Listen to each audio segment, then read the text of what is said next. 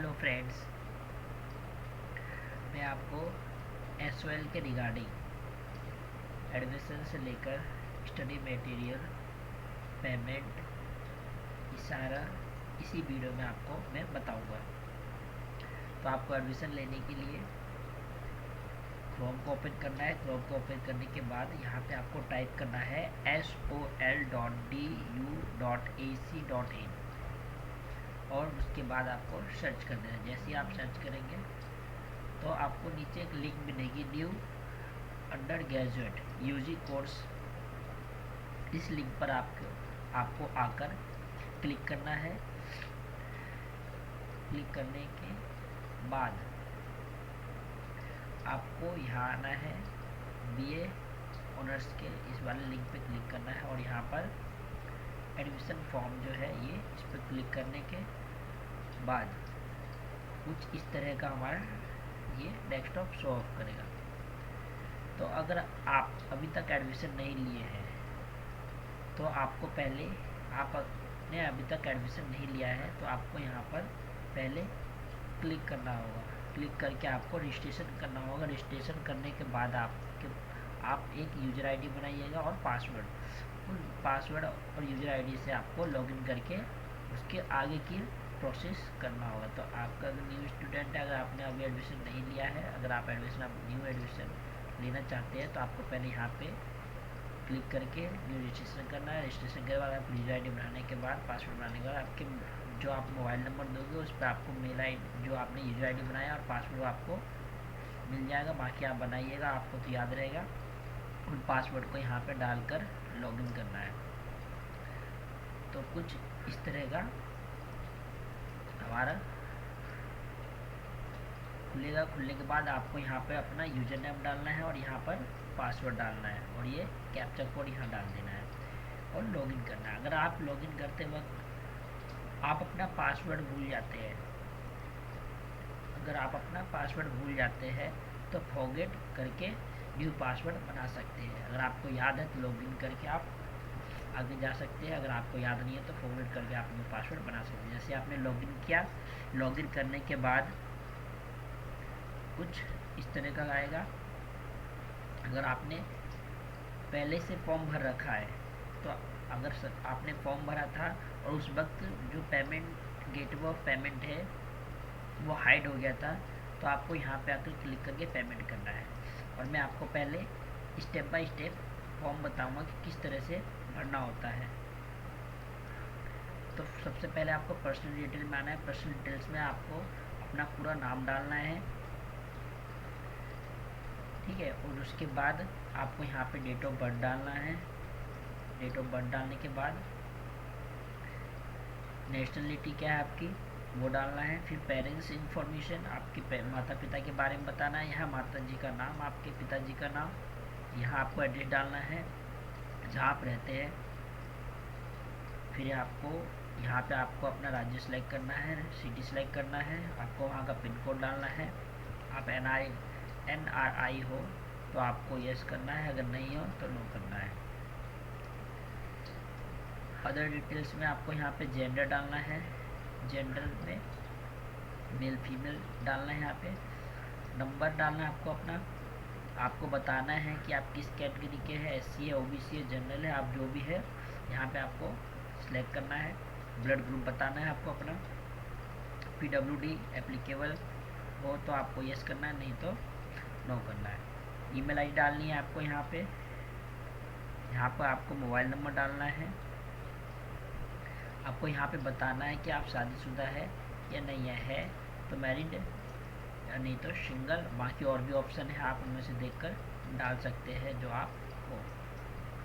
यहाँ पे आपको बैंक डिटेल्स डालनी है। अगर आपकी है खुद के पास आपका अपना बैंक अकाउंट है तो आप वो डाल सकते हैं, नहीं तो आप अपने मम्मी पापा में से किसी एक का अकाउंट यहाँ पे लगा सकते हैं। यहाँ पे आप बैंक अकाउंट इसलिए दिया जाता है कि आपने एडमिशन लिया और बाय मिस्टेक आपका कोई डॉक्यूमेंट किसी कारणवश कि वहाँ चेक करने में, वेरिफिकेशन में कोई प्रॉब्लम आई तो जिससे कि आपका अगर एडमिशन रिजेक्ट होता है तो आपका पेमेंट आपको उसी अकाउंट नंबर पे भेज दिया जाएगा। तो यहाँ पे आपको अकाउंट होल्डर किसके नाम से बैंक अकाउंट है उनका नाम, यहाँ पे अकाउंट नंबर डालना है और कौन सा बैंक है उस बैंक का नाम बताना है। यहाँ पे उस बैंक की IFSC कोड लिखनी है, IFSC कोड। फिर आपको यहाँ पे इनकम एंड फाइनेंशियल असिस्टेंस बतानी है, नीड फाइनेंशियल असिस्टेंस है, जिस हिसाब से आपकी कंडीशन होगी उस हिसाब को यस या नो कर देना है।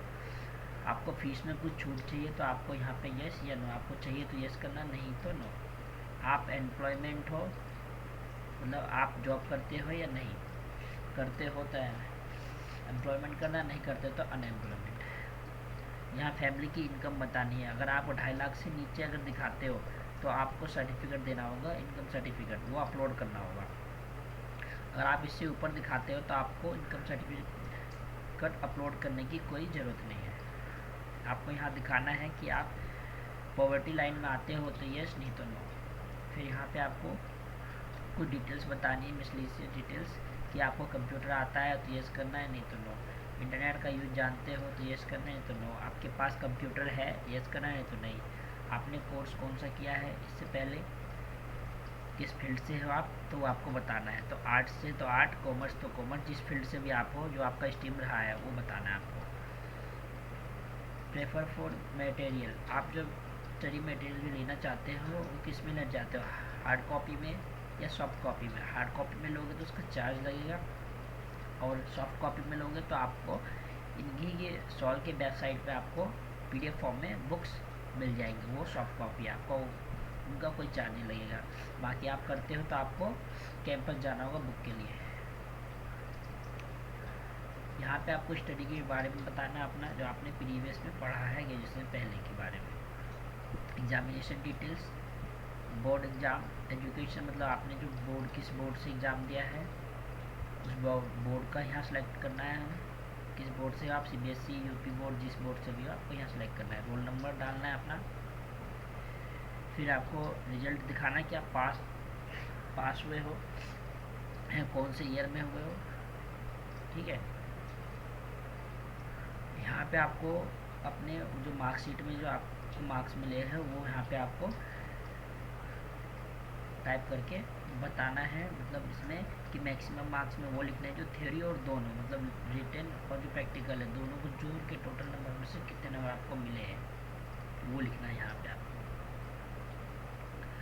फिर आपको यहाँ पे एडिशनल डिटेल्स, मतलब आपने लास्ट अटेंड जो 12th है वो किस स्कूल से किया है, वो स्कूल की लोकेशन कहाँ की है, ठीक है, मतलब स्कूल है कहाँ, और आपने किस मीडियम से पढ़ा, मतलब हिंदी में या इंग्लिश में, ठीक है।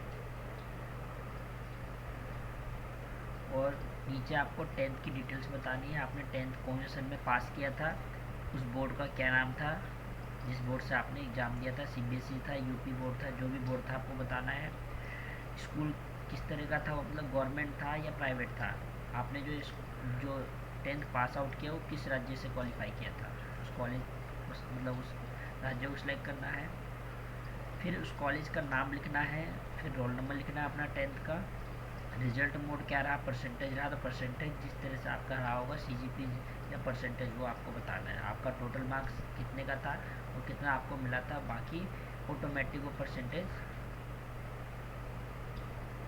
कैलकुलेट कर लेगा। मैक्सिमम ग्रेड ये तो आपको देना नहीं जब आपने परसेंटेज चुन लिया तो। फिर आपको बता रहा है आपको कौन सी लैंग्वेज आती है, जो लैंग्वेज आती है उस पर यस करना है, बाकी पर नो कर देना है। फिर कह रहा है आपने जो इंग्लिश है वो 10th में कितने परसेंट आए थे और 12th में कितने परसेंट आए थे इंग्लिश में केवल। फिर आपने प्रोग्राम जो चुना है ग्रेजुएशन के लिए, वो स्टडी मटेरियल आप हिंदी मीडियम से लेना चाहते हैं, मतलब हिंदी मीडियम पढ़ना चाहते हैं या इंग्लिश मीडियम में। प्रोग्राम का नाम हो गया ये आपका बी प्रोग्राम, और रीजनल सेंटर आपने क्या चुना है, वो साउथ रीजनल सेंटर, मतलब आपकी जो भी इंक्वायरी होगी अब इसी साउथ रीजनल सेंटर पे होगी। आपके मार्कशीट के रिगार्डिंग से लेकर बुक्स जो भी आपको इंक्वायरी करनी होगी तो आपको हमेशा इसी सेंटर पे जाकर इंक्वायरी करनी होगी। बाकी आपका कोर्स डिटेल है, आपने जो बुक सेलेक्ट किया होगा वो यहाँ पे दिखाएगा जो भी आपने जो आप बुक सेलेक्ट करोगे फॉर्म भरते वक्त, तो आपको उसमें ऑप्शन आएगा, उस वक्त आपको बुक चुनना होगा। तो इस तरह से इन्होंने 7 बुक चुनने होंगे, क्योंकि अब जो है ग्रेजुएशन वो 4 ईयर का हो गया, उस हिसाब से बुक्स में भी बहुत सारी चेंजेस आई हैं। तो कई सारी बुक न्यू आई है। आपको सब्जेक्ट चुनना है, सब्जेक्ट चुनोगे तो आपको ऑप्शन मिलेगा, उस हिसाब से इन्होंने 7 सब्जेक्ट चुना है। फिर आपको भरने के बाद, सब्जेक्ट चुनने के बाद, जो आप सब्जेक्ट लेना चाहते हो सब्जेक्ट चुनने के बाद आपको नीचे आना है, सेल्फ डिक्लेरेशन पे क्लिक करना है, आई एग्री करना है। आई एग्री करने के बाद आपको, ठीक है, आई एग्री करने के बाद ये आपका मतलब 1 से लेकर पर्सनल डिटेल्स लेकर हैं अपलोड, मतलब आपको फिर आप प्रोग्राम तक आपको मैंने बता दिया उस फॉर्म से। अब फिर आपको जो जो आपके डॉक्यूमेंट है, 10th की डॉक्यूमेंट, मतलब 10th का मार्कशीट का फ़ोटो है, सेल्फ अटेस्टेशन मतलब उस पर साइन कर देना है, 12th की मार्कशीट, अपनी एक फ़ोटो सिग्नेचर वो अपलोड करनी है। आपने अगर 2.5 लाख से नीचे अगर आपने इनकम दिखाया है तो आपको इनकम सर्टिफिकेट भी अपलोड करना है। फिर आपको उसका प्रीव्यू करना है। प्रीव्यू में आपको जो गलत लगता है वो करेक्शन कर सकते हो। प्रीव्यू करने के बाद उसके बाद जैसे आप फीस पे पहुंचेंगे तो उसके बाद आप कुछ चेंजेस नहीं कर सकते, प्रीव्यू में ही आप चेंज कर सकते हो जो भी चेंज करना है आपको, उसके बाद कोई चेंजेस नहीं होगा। फिर फीस पे आनी है, फीस पे क्लिक करने के बाद कंटिन्यू एप्लीकेशन इस पर क्लिक करना है, क्लिक हेयर फॉर पेमेंट। जैसे आप इस पर क्लिक करेंगे, क्लिक करने के बाद आपको यहाँ पे दिखा देगा लिंक, मतलब कि गेटवे दिखाएगा कि आपको पेमेंट करना है इस बैंक में। आपकी फ़ीस दिखा देगा कितना पेमेंट होना है टोटल। आपने अगर फ़ीस कंसेशन किया होगा तो आपकी जितनी भी छूट मिलेगी आपको यहाँ पे शो ऑफ कर देगा।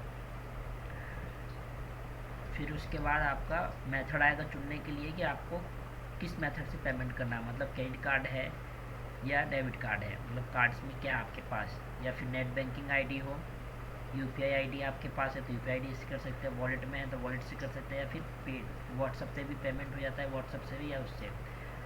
तो आपके पास जो अवेलेबल है उस जरिए से आप कर सकते हैं, चुन सकते हैं आप पेमेंट करने के लिए मेथड। जैसे आप कर लेंगे उसको तो फिर जैसे कि इन्होंने जिनका ये फॉर्म उन्होंने ये चुना है यूपीआई आईडी फ़ोनपे का, आपको जो भी इनमें से आपके पास है वो दे सकते हैं। फिर उसके बाद उस पर सेलेक्ट करने के बाद आपको नीचे आना है और यहाँ पे अपना यूपीआई आईडी डालना है। यूपीआई आईडी में मोबाइल नंबर भी हो सकता है या फिर आपने जो बनाया होगा नाम और वगैरह नंबर वगैरह जो बना के उसमें लिंक नंबर भी मिक्स करके वो भी आईडी हो सकती है। फिर वेरिफिकेशन करना है, वेरीफाई कराना है उसे। वेरीफाई करने के बाद आपको वो ये दिखा देगा यहाँ पे कि जो यूपीआई आईडी है उस बंदे का नाम यहाँ शो कर देगा, जो बैंक में उसका नाम है। फिर आपको यहाँ प्रोसीड करना है।